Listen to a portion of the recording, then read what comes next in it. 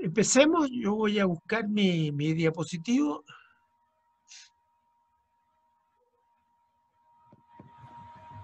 ¿Se ve el diapositivo, no es cierto? Sí, se ve. Perfecto, ya. Bien. Como ustedes saben, yo me dedico fundamentalmente a las enfermedades del ánimo y a las enfermedades ansiosas, ¿ya? Como estas patologías son frecuentes, eh, son relevantes, pero además son relevantes por otro factor que es súper importante. Es porque los resultados terapéuticos son buenos. Ahora, si alguien tiene que invertir plata en psiquiatría, mete la plata aquí, porque estas patologías se alivian, se mejoran y funcionan bien. En esquizofrenia yo no estoy diciendo que no traten a los esquizofrénicos, lo que estoy diciendo es que las respuestas terapéuticas aquí son bastante buenas. Tampoco digo que no metan plata en drogas, pero las respuestas terapéuticas en los trastornos del ánimo son mucho más relevantes. Y la frecuencia más la respuesta terapéutica son fundamentales, porque entonces uno puede trabajar muy bien con estos pacientes. Además son pacientes, en general tienden a ser entretenidos esta gente, ¿ya? Bien, vamos a ir viendo aquí. Estos son los pacientes que presentan síntomas, el 100%, ¿no es cierto? Pero solamente un tercio busca ayuda, los otros 2 tercios no lo hacen. No lo hacen porque no saben, porque no pueden, porque no quieren, ¿ya? Yo tengo la impresión que es más bien porque no saben que están enfermos, ¿ya? De ese porcentaje, y el porcentaje me salió medio chanfleado, como ustedes se dan cuenta, el 65% consultan en medicina general o a otros especialistas no psiquiatras, ¿ya?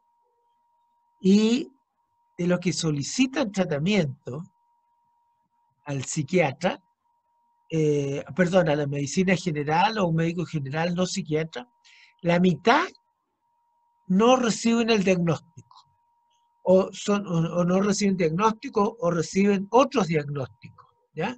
Habitualmente diagnósticos somáticos más que diagnósticos psíquicos. Ahora, de la gente que solicita tratamiento al psiquiatra, que es un 35%, aquí está, no quedó bien este gráfico, se corrió su poco, ¿eh? A veces pasa con los diapositivos que se desconfiguran. De los que solicitan el tratamiento del psiquiatra, que es un tercio más o menos, lo relevante es que más o menos un tercio, o más de un tercio, son depresiones bipolares, no son depresiones unipolares. Y acá, de los que solicitan tratamiento al médico general, alrededor del 20% son bipolares. Esto es tremendamente relevante porque aquí hay que tener mucho ojo. La depresión bipolar recibe un tratamiento distinto que la depresión unipolar. Aquí vamos a hablar hoy día y en las próximas reuniones vamos a hablar de depresión unipolar. Vamos a tocar la depresión bipolar. Y si usted quiere preguntarme de una depresión bipolar, bienvenida a la pregunta. A propósito, les quiero avisar, la próxima semana yo no estoy. Entonces la próxima semana no hay clase y seguimos el jueves subsiguiente. Ya estamos a 8, 15, el 22, ¿ya? Espero no tener que cancelar otras reuniones los jueves, pero el próximo jueves yo no estoy. Entonces, siempre hay que considerar que existe el riesgo de que estemos tratando una depresión bipolar como si fuera unipolar.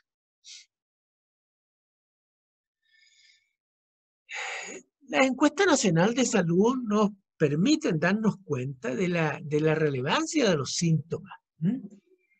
Esto se ha mantenido relativamente estable en los últimos años, la encuesta de 2003, 2009, 2016. 17% de síntomas depresivos, 17,2, 15,8. Eh, ahora, esos son síntomas depresivos, no necesariamente es una enfermedad depresiva, síntomas depresivos. La depresión como enfermedad es más o menos el 6,2%, mucho más las mujeres que los hombres, prácticamente 4 veces más, 5 veces más. En otras partes del mundo las prevalencias de la depresión son 2 veces más las mujeres que los hombres, o 3 veces como máximo, pero aquí estamos en 4 o 5. Entonces, aquí se produce un fenómeno que no ha sido explicado. ¿Qué pasa en Chile? Que, que, la, que la enfermedad depresiva tiene un predominio tan alto en las mujeres respecto de los hombres. ¿Alguien quiere ensayar respuestas posibles por qué en Chile pasa esto? ¿Alguien que se atreva?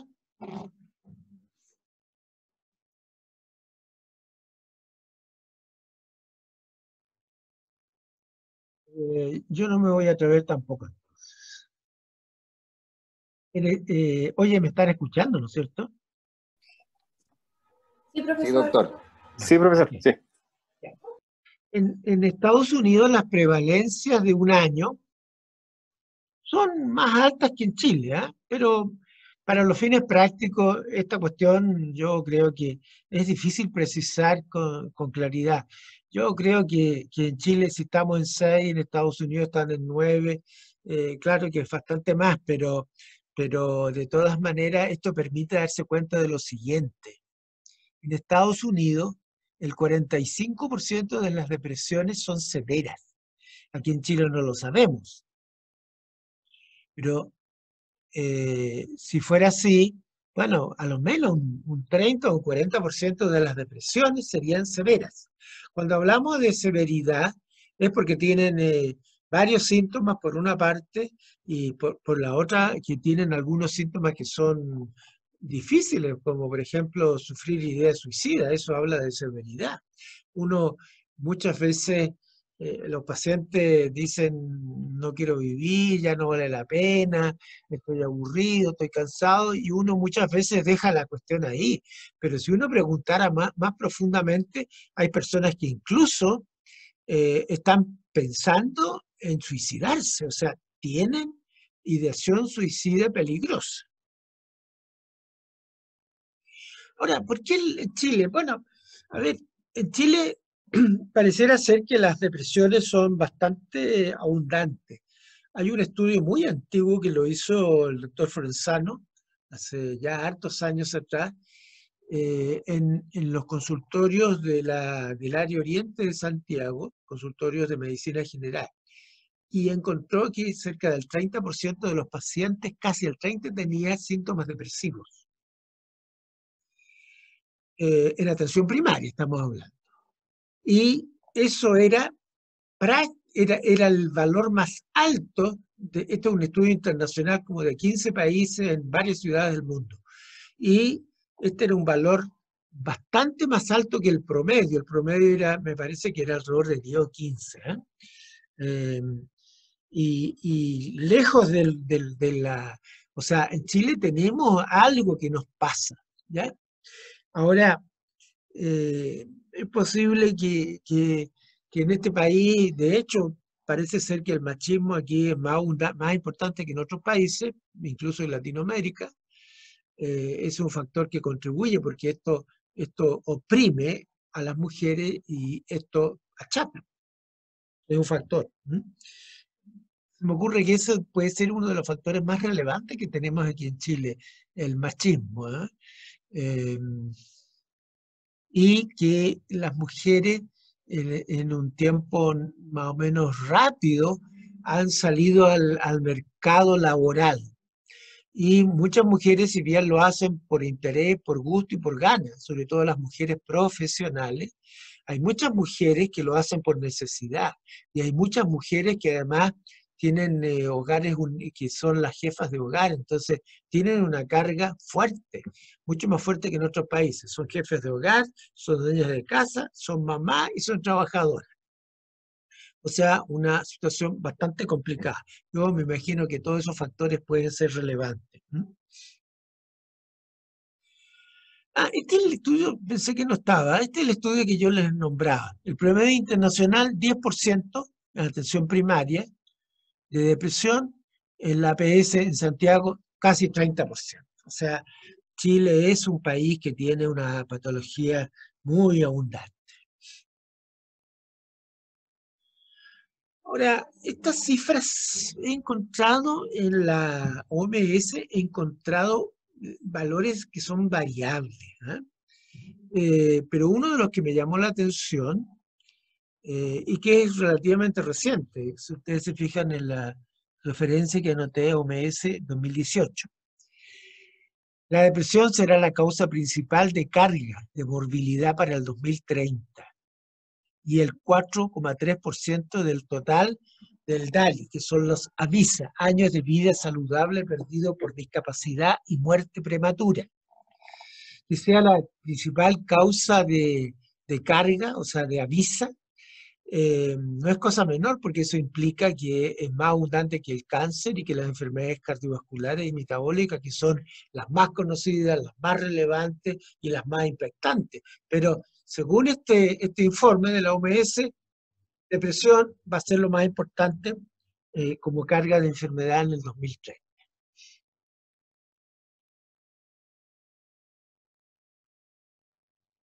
El, datos que existen, ¿eh? A nivel mundial, la depresión compromete 350 millones de personas.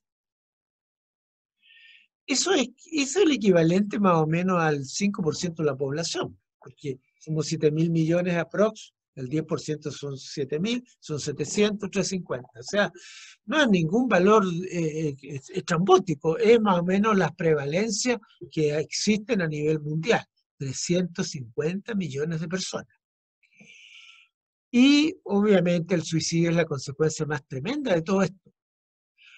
Este estudio, a ver, esto es la OMS, ¿eh? Pero este es del año 2004 y 1 millón de personas, pero los estudios que yo he seguido revisando en la OMS, en rigor, hablan de 800.000 personas muertas por suicidio en un año, ¿eh? Eso en un año habitual o normal es mucho más que las guerras, mucho más.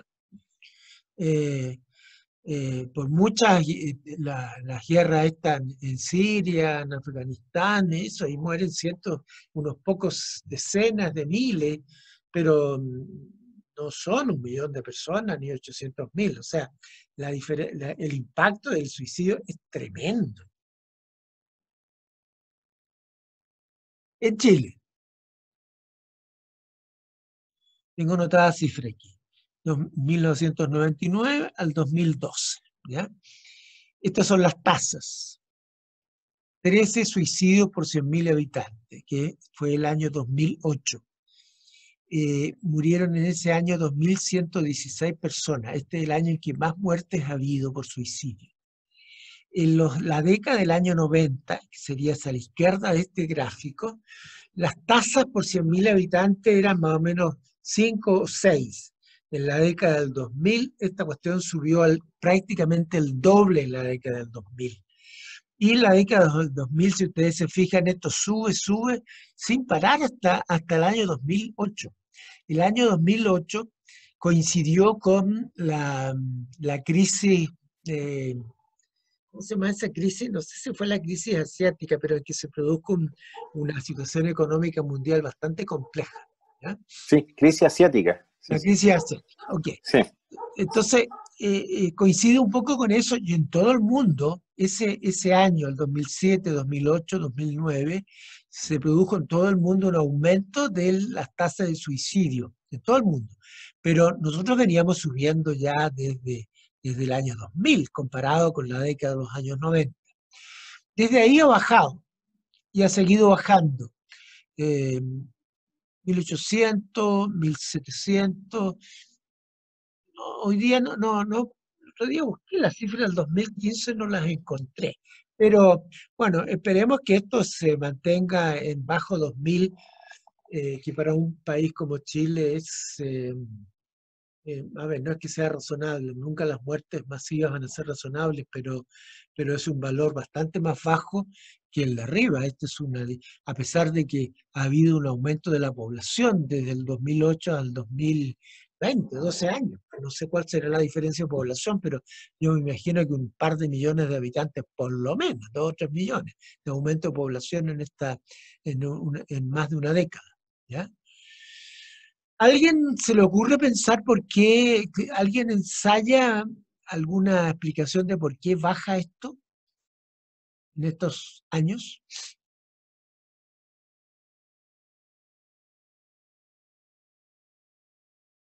Yo, yo tengo una sola explicación. Eh, el impacto, eso hay que demostrarlo, no es cosa de que se diga solamente. Yo no estoy en condiciones porque tendría yo que entrar a estudiar y a revisar cifras, y eso sería, en fin, no me da el tiempo, ¿no?, para todo esto, ¿eh? Pero esto, una explicación que me parece a mí razonable,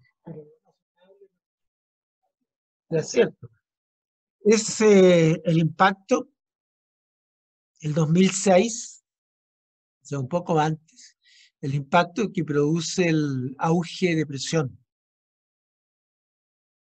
Podría ser una razón, ¿ya? En varios diapositivos aparecen algunos personajes famosos del ámbito nacional o internacional. Laura Allende fue una senadora de la República en el tiempo de la Unidad Popular y era hermana de Salvador Allende. Ella se suicidó. No recuerdo si fue en Cuba donde se suicidó. A propósito de un día puse en el buscador, ¿no es cierto?, personajes famosos chilenos que se suicidaron. Apareció la Laura Allende. Y apareció Salvador Allende. Y antes de Salvador Allende había muerto otro Allende. Y murió una hija, perdón, no estoy seguro si es una hija o dos hijas que se suicidaron de Allende.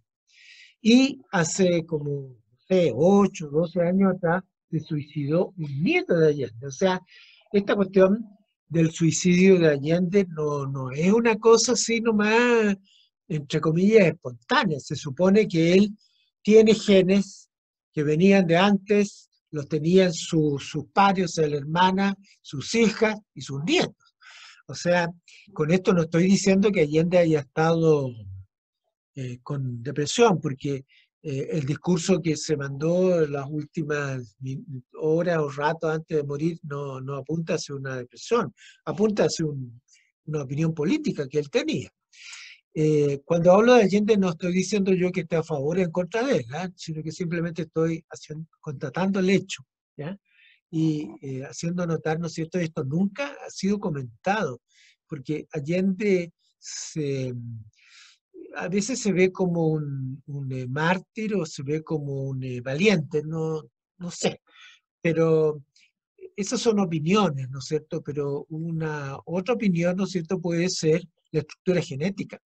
El suicidio no necesariamente va ligado siempre a depresión, habitualmente sí, pero los genes suicidas y los genes depresivos parece ser que son distintos, no son los mismos genes. Eso es la impresión que yo me llevé de lo que revisé hace varios años atrás. No sé si esa tendencia todavía es tal. Esto es los años de vida perdidos por discapacidad.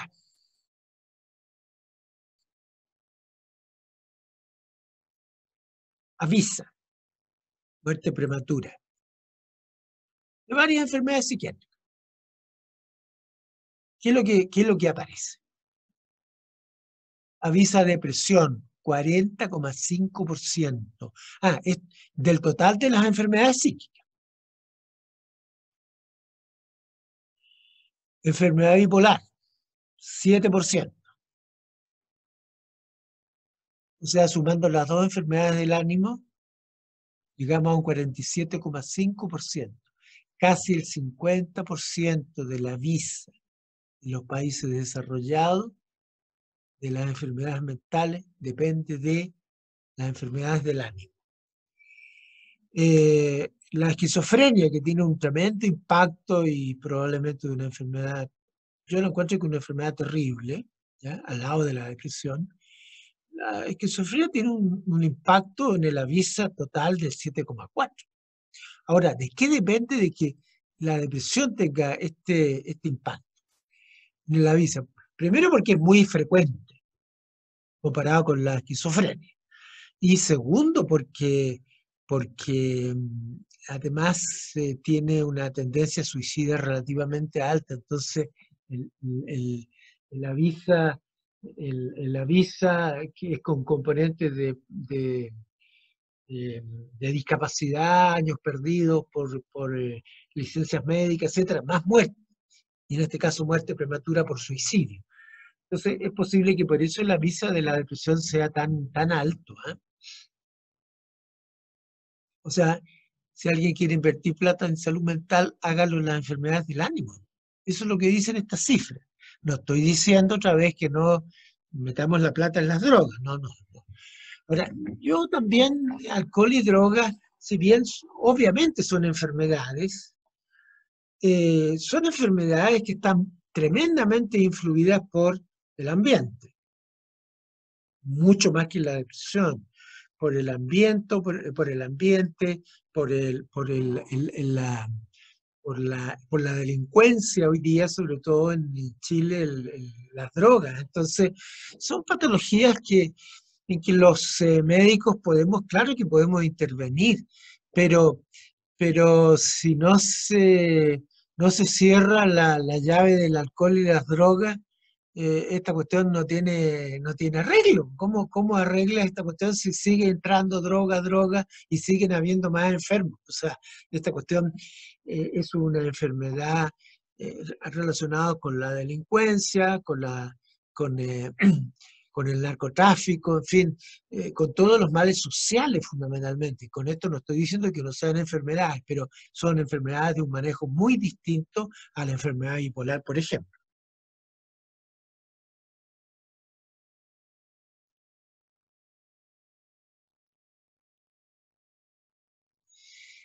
Esta es la discapacidad que producen las enfermedades psíquicas. Discapacidad que en este caso la miden con la escala de Chigan, ¿ya? Que tiene varios parámetros y entonces le pasaron una encuesta a una gran cantidad de pacientes y se ve cuál es la discapacidad que provoca.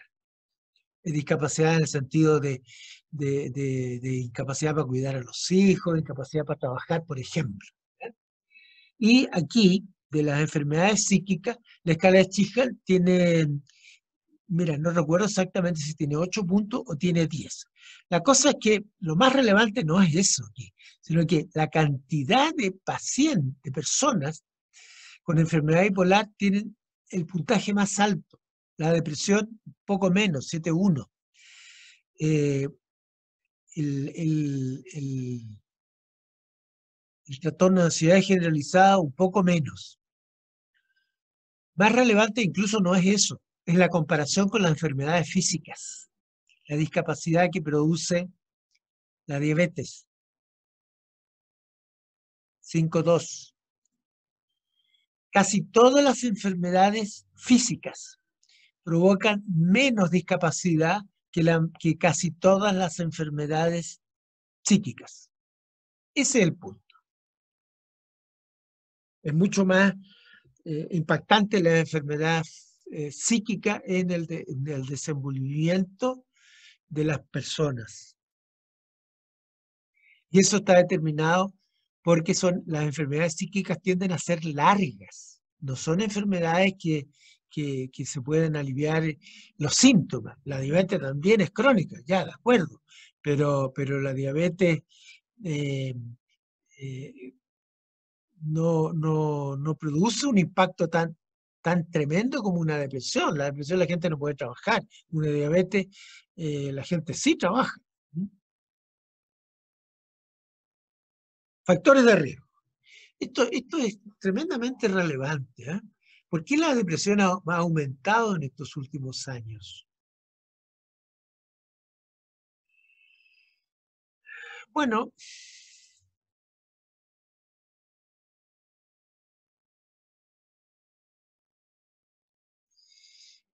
los humanos estamos viviendo en los últimos 50, 100 años de una manera un poco distinta como se vivía, o sea, bastante distinta como se vivía 100 a 200 años atrás.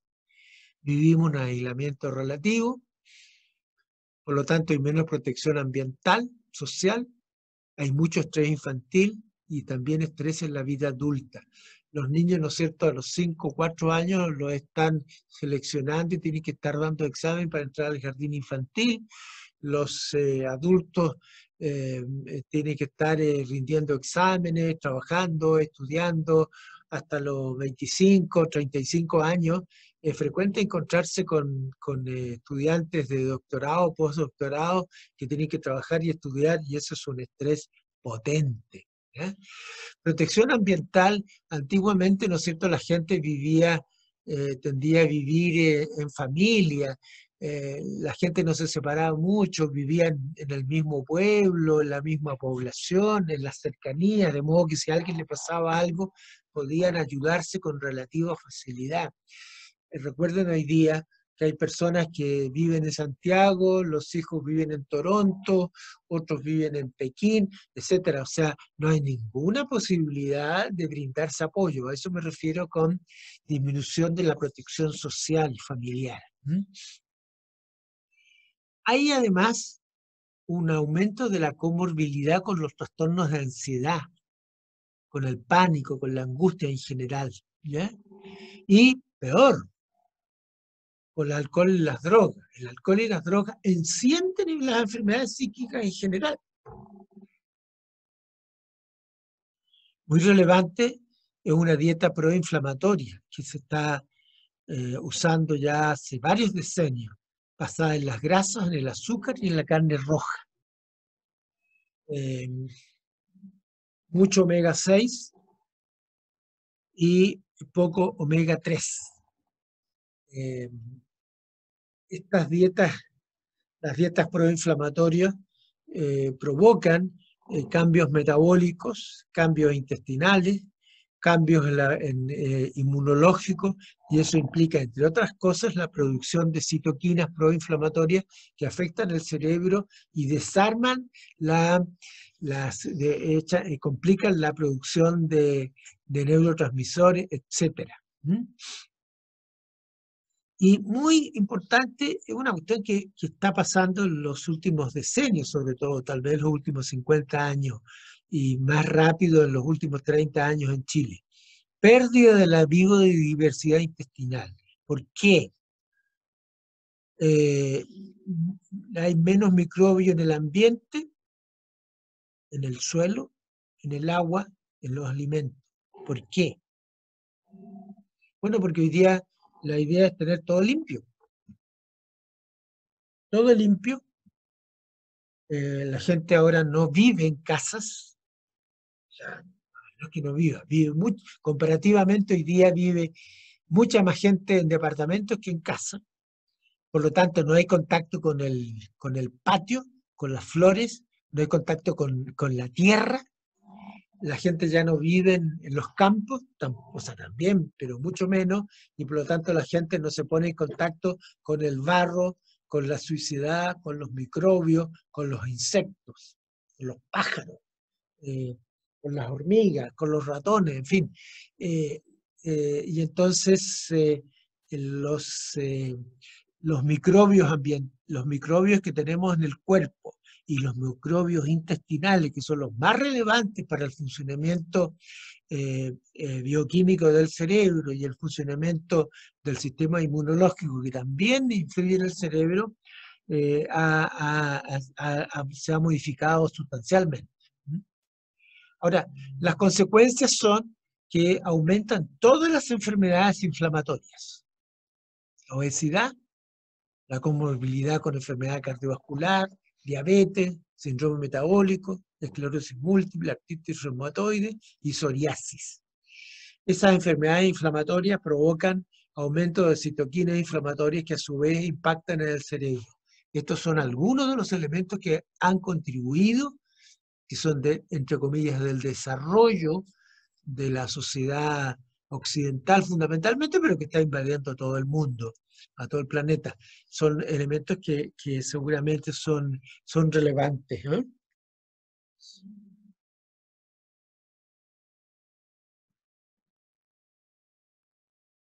Pero hay más.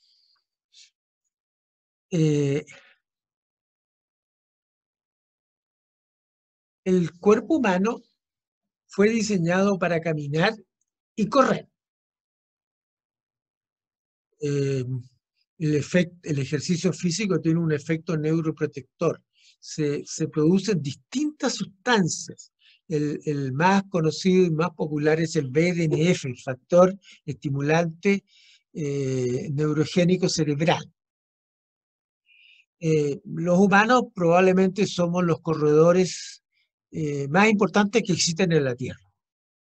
¿Se imaginan un rinoceronte? Bueno, un rinoceronte en el corto plazo no puede alcanzar, pero ¿ustedes imaginan un rinoceronte corriendo 10 kilómetros? ¿Un elefante corriendo 25 kilómetros? ¿Un cocodrilo corriendo 1 kilómetro?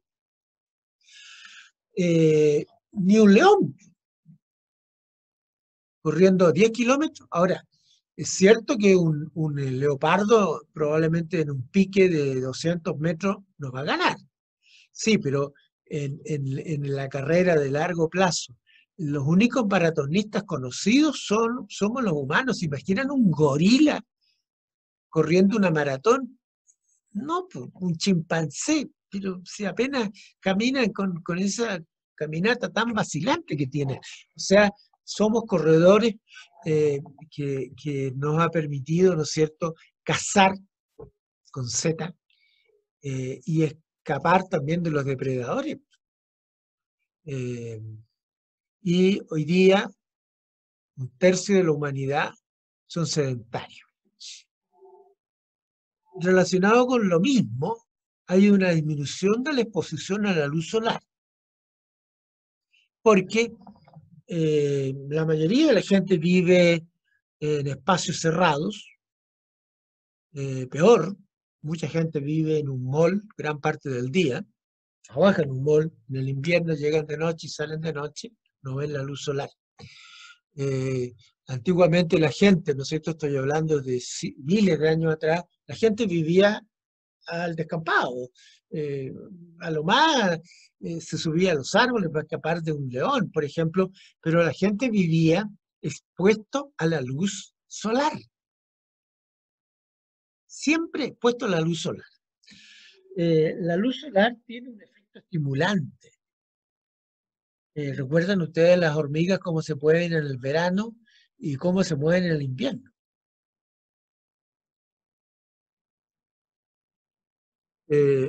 Además,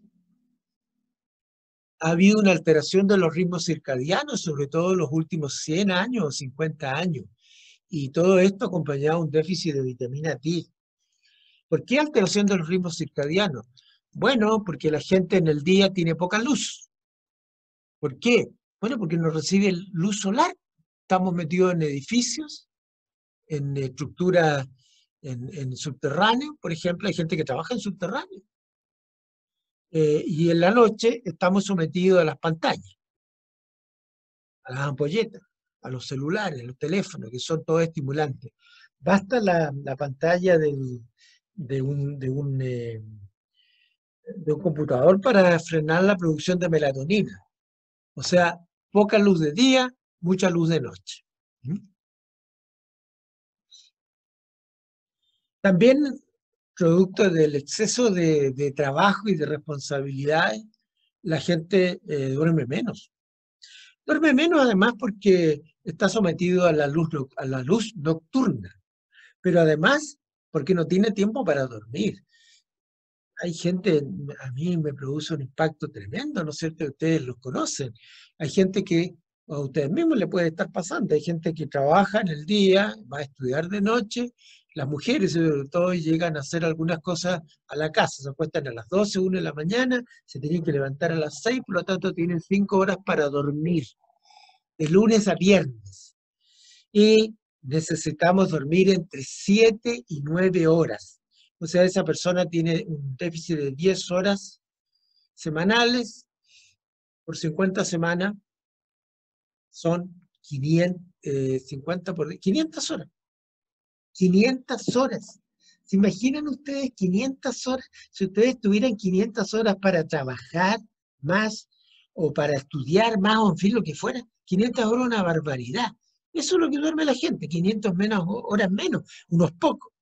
Y a medida que pasan los decenios, en el año 60 la gente dormía 8 horas y en los últimos años la gente duerme 7, no duerme más. Se ha asociado la inequidad de los ingresos y el aumento de la riqueza también con la depresión. El Gini es un índice de igualdad de ingresos o de desigualdad de ingresos, ¿ya? En los países donde hay más desigualdad, o sea, peor índice Gini, más depresión. Los países nórdicos tienen un Gini bastante mejor que los países, el resto de que los europeos centrales o del sur de Europa, y muchísimo mejor que los latinoamericanos. Y ellos tienen menos depresión. Ojo, los nórdicos que están con el Gini, bueno, porque hay los de Europa Central, eh, Checoslovaquia, Yugoslavia, países como esos tienen bastante depresión y tienen tasas muy altas de suicidio. Las tasas de suicidio de esa gente son 3 veces más que en Chile. O sea, se mueren 40 personas 40 por 100.000 habitantes en un año, aprox, en esos países.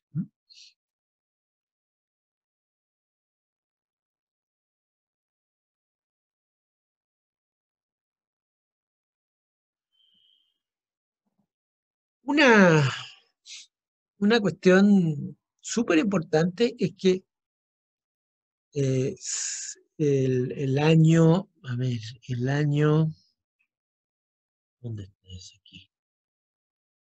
El año 2014, la Sociedad Americana eh, de- de Enfermedades Cardiológicas demostró que había que agregar a la depresión como factor de riesgo para las enfermedades cardiovasculares. O sea, tabaquismo, obesidad, síndrome metabólico, diabetes, sedentarismo, eh, y, dislipidemia, que son los clásicos factores de riesgo, había que agregar este otro. Las personas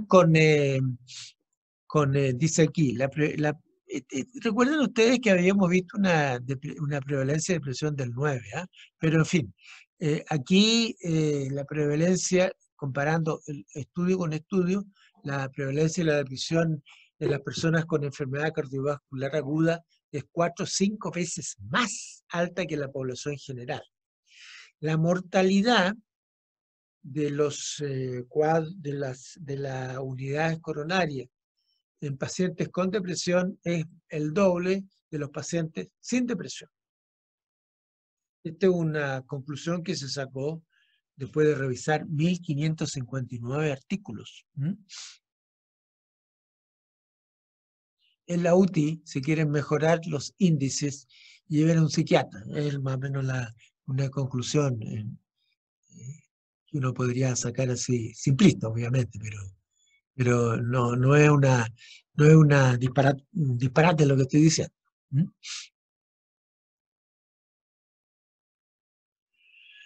En Chile, los factores de riesgo de depresión.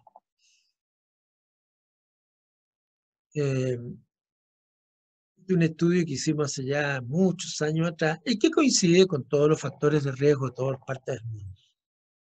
El más relevante, haber tenido un episodio depresivo previo.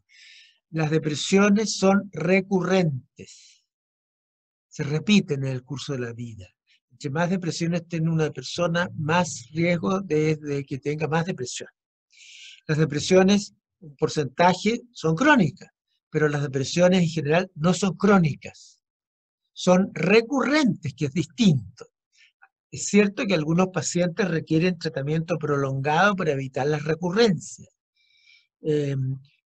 Hoy día los tratamientos tienen que durar mínimo 6 meses, 8 meses, un año, en fin. Eso es variable según los estudios, pero mínimo 6 meses. Entonces, si un paciente recibe un tratamiento apropiado, la probabilidad de que tenga una recurrencia próxima es relativamente baja. Sin tratamiento, o sea, recuperación espontánea, la probabilidad es relativamente alta. Obviamente, otros factores de riesgo son tener ausencia de protección ambiental, la violencia intrafamiliar, y fíjense en este dato. Suicidio en la familia, 15%. Aquí están familiares de primer y segundo, incluso tercer grado, pero la mayoría son primer y segundo grado. El 15% de las personas con depresión en este estudio tienen familiares muertos por suicidio. 15%. Imagínense ustedes una sala de clases, de las que ustedes hace pocos años que eran alumnos, una clase con 100 alumnos. Si fueran 100 depresiones importantes o severas, en 15 de ellos se habría muerto a lo menos un pariente. O sea, son cifras tremendas, ¿ya? Duelo, obviamente el duelo siempre está asociado con depresión con cierta importancia, ¿ya? Y una enfermedad física o psíquica, cualquier otra enfermedad, alcoholismo, droga, pánico, ansiedad y cualquier enfermedad física relevante tiende a asociarse con depresión. Estos son los factores de riesgo que uno tiene que pensar. Cuando una persona reúne muchos de estos factores, significa que probablemente está en riesgo de hacer una depresión. Y entonces, si no tiene síntomas depresivos hoy día, ya los tendrá relativamente pronto. Y en ese caso significaría que es una persona que tiene que estar siendo monitoreada, evaluada, controlada, sobre todo si se atiende en los consultorios, porque los consultorios de atención general, la atención de primaria, son los ideales para hacer este tipo de trabajo, porque ahí está la gente. Ahí está la gente que se controla por distintas cosas, porque se cayó, porque se pegó, porque tiene un resfrío, porque tiene una amigdalitis, porque tiene una infección de la piel, en fin, porque tiene además diabetes, hipertensión, etcétera, etcétera, etcétera.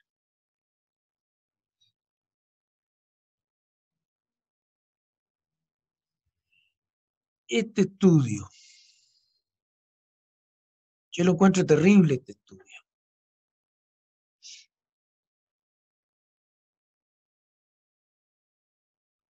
Es un estudio que se llama STAR-D, que son pacientes del ámbito clínico real. Esto es un estudio que se hizo en Estados Unidos hace ya como 15 años aprox, que incluyó más de 4.000 pacientes en varios países, en varias ciudades, tanto de atención primaria como secundaria, y se siguieron esos pacientes y se empezó un tratamiento para esos pacientes con citalopram en esos años.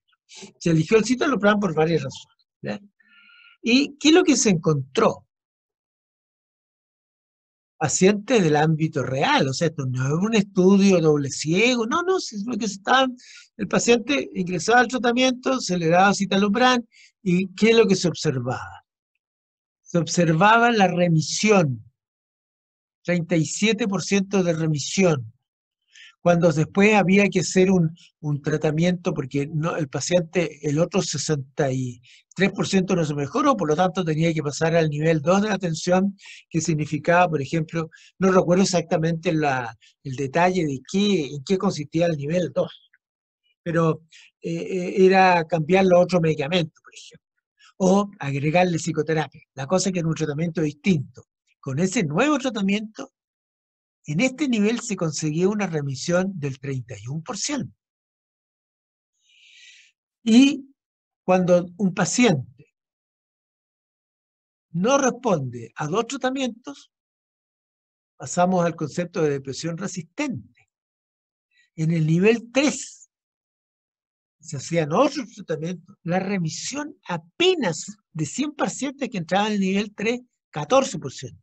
Cuando entraban al nivel 4, 13%. La remisión total después de varios meses de tratamiento era del 67%. 1, 2, 3, 4 tratamientos, 67. Y la recaída en un año de seguimiento.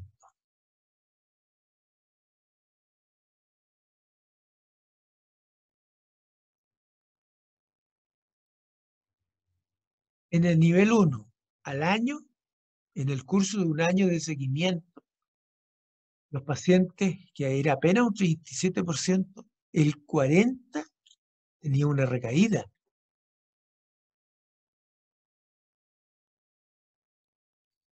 En el nivel 2,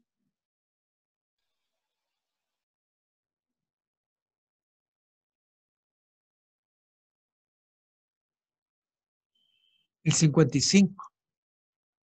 Pero en el nivel 3 ya pasábamos el 64%. En el nivel 4, el 71%. O sea, los resultados terapéuticos son desastrosos según este estudio. Esto es la vida real. Ahora, este estudio es tremendamente complicado porque deja muy mal para a toda la intervención médica, porque aquí participan médicos generales y psiquiatras. Deja muy mal parados los resultados terapéuticos. Porque eso es lo que verdaderamente pasa. Ahora, en el caso mío, en el nivel 1, a ver, no tengo, yo, tienen que creerme y bueno, si no me creen, en fin, yo entiendo que puedan no creerme. En mi caso, en un primer nivel, cuando yo hago el primer tratamiento, yo creo que alrededor del 70%, lejano del 40% que había aquí, alrededor del 60 al 70% de mis pacientes mejoran. Si no mejoraron, pasan a un segundo tratamiento. Y de ese segundo tratamiento, alrededor del 80 o el 90% no se mejora. Entonces, yo con 2 tratamientos resuelvo más o menos un 80% de toda la patología. Y queda un 20% que ya es mucho más alto que un 80% se mejora, que es bastante más alto que el 67%, pero en 2 tratamientos. Entonces, lo que quiero decir es que yo pongo una dedicación especial. ¿Qué significa eso? ¿Cómo trabajo? A los pacientes los veo con detalle, les pido exámenes, pido interconsulta si es necesario, les pido más exámenes si es necesario, contesto el teléfono, contesto el mail y los pacientes tienen que mejorarse porque están supervisados minuciosamente y si es necesario hablar con ellos 2 veces por teléfono en la semana y contestarle 4 correos en la semana, así será. Y tengo que verlos, ¿no es cierto?, en 3 días, en 5 días. Por lo tanto, ¿no es cierto?, la posibilidad de que yo tenga éxito con los tratamientos es alta bajo esas condiciones. Porque en un consultorio, ¿no es cierto?, tradicional, por muy Estados Unidos que sea, la posibilidad de ver el paciente a la semana siguiente no es muy alta. Y en los consultorios de Chile tampoco. O sea, uno con suerte puede ver un paciente en 15 días, 20 días, si es que, ¿ya? Por lo tanto, ¿no es cierto?, la posibilidad de que yo tenga éxito con el tratamiento es muy alta. Por otra parte, ¿no es cierto?, si el paciente no se mejora con esto, yo habré visto, ¿no es cierto?, que tiene carencia de ácido fólico, de vitamina B12, vitamina D, que tiene anemia, en fin, habré visto varios parámetros, ¿ya? Y si no se mejoró con esto, bueno, le agregaré antidepresivo, le agrego estimulantes, le agrego hormonas, le agrego ácido fólico, le agrego zinc, le agrego, en fin, el paciente tiene que mejorarse, lo hago, lo meto en ejercicio físico, le pido que haga una dieta mediterránea, etcétera, etcétera. O sea, los pacientes tienen que mejorarse. Por lo tanto, después de un recorrido que a veces puede ser largo, de unos 3 meses, más del 95% de los pacientes se mejoran. Bastante más lejos de esto, ¿ya? Pero es porque las condiciones que yo puedo trabajar son óptimas.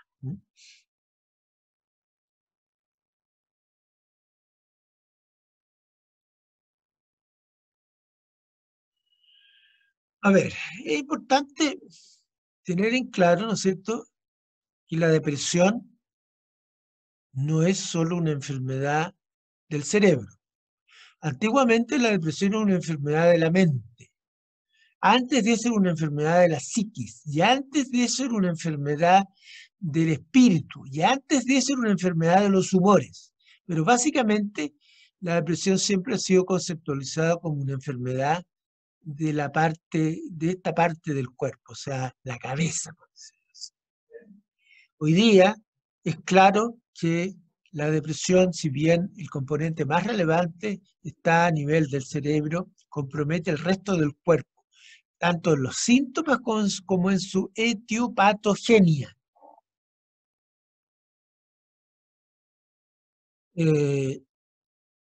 Estamos acostumbrados a hacer el diagnóstico de depresión en base a los síntomas emocionales. Desánimo, anedonia, en fin, todos los síntomas que aparecen aquí, que corresponden a los síntomas del DSM-5. En ese caso era el DSM-4-TR. Pero hay una gran cantidad de síntomas físicos que siempre se olvida considerar. Muchos síntomas físicos, desde el sueño, mareos, dolores varios, síntomas gastrointestinales, disfunción sexual, problemas menstruales. Hay un montón de síntomas físicos que hay que considerar para hacer el diagnóstico. Si uno hace el diagnóstico pensando en esta esfera, si te quedan afuera estos. Y en ese caso, el diagnóstico probablemente va a ser insuficiente, porque el paciente puede tener un poco de incapacidad para experimentar placer, que sería anedonia, un poco de desesperanza, un poco de falla de memoria, pero si uno le agrega apatía sexual, uno le agrega dolor de espalda, uno le agrega cansancio, fatiga, trastorno del sueño, bueno, claro que la depresión adquiere mucho más peso. Bien, jóvenes, son las 8:10, el tiempo pasa volando, yo voy a dejar aquí esta presentación. No sé si quieren decirme algo, dispongo de muy poquitos minutos para que hablemos.